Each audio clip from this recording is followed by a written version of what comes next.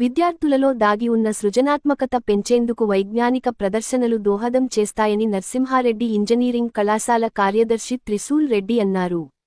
శుక్రవారం మైసమ్మగూడలోని నర్సింహారెడ్డి ఇంజనీరింగ్ కళాశాలలో ఇగ్నైట్ 2025 పేరుతో ఏర్పాటు చేసిన నేషనల్ లెవెల్ ప్రాజెక్ట్ ఎక్స్పో ఘనంగా నిర్వహించారు.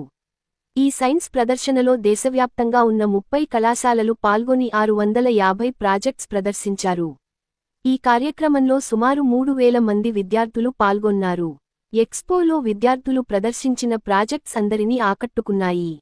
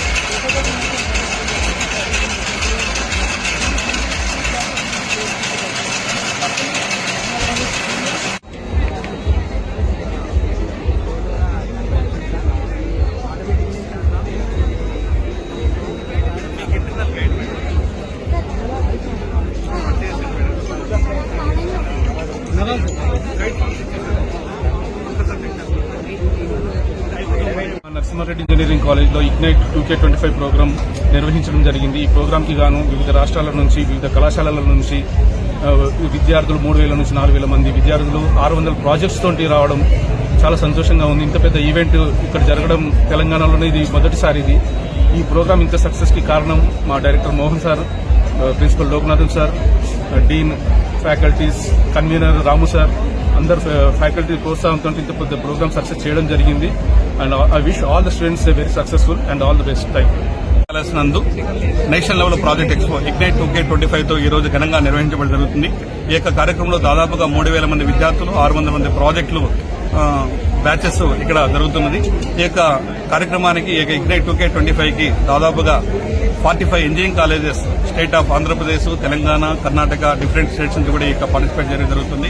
ఈ యొక్క ప్రాజెక్ట్ యొక్క ముఖ్య ఉద్దేశం ఏంటంటే పిల్లల్లో దాగి ఉన్నటువంటి సృజనాత్మకతను వెలికితీసి అదేవిధంగా దేశ ప్రయోజనాల కోసం, దేశ అభివృద్ధి కోసం పిల్లలు చేసే యొక్క ప్రాజెక్టులు ఉపయోగపడతారనే ఉద్దేశంతో ఈ యొక్క ప్రాజెక్ట్ ఎక్స్పో నిర్వహించడం జరుగుతుంది.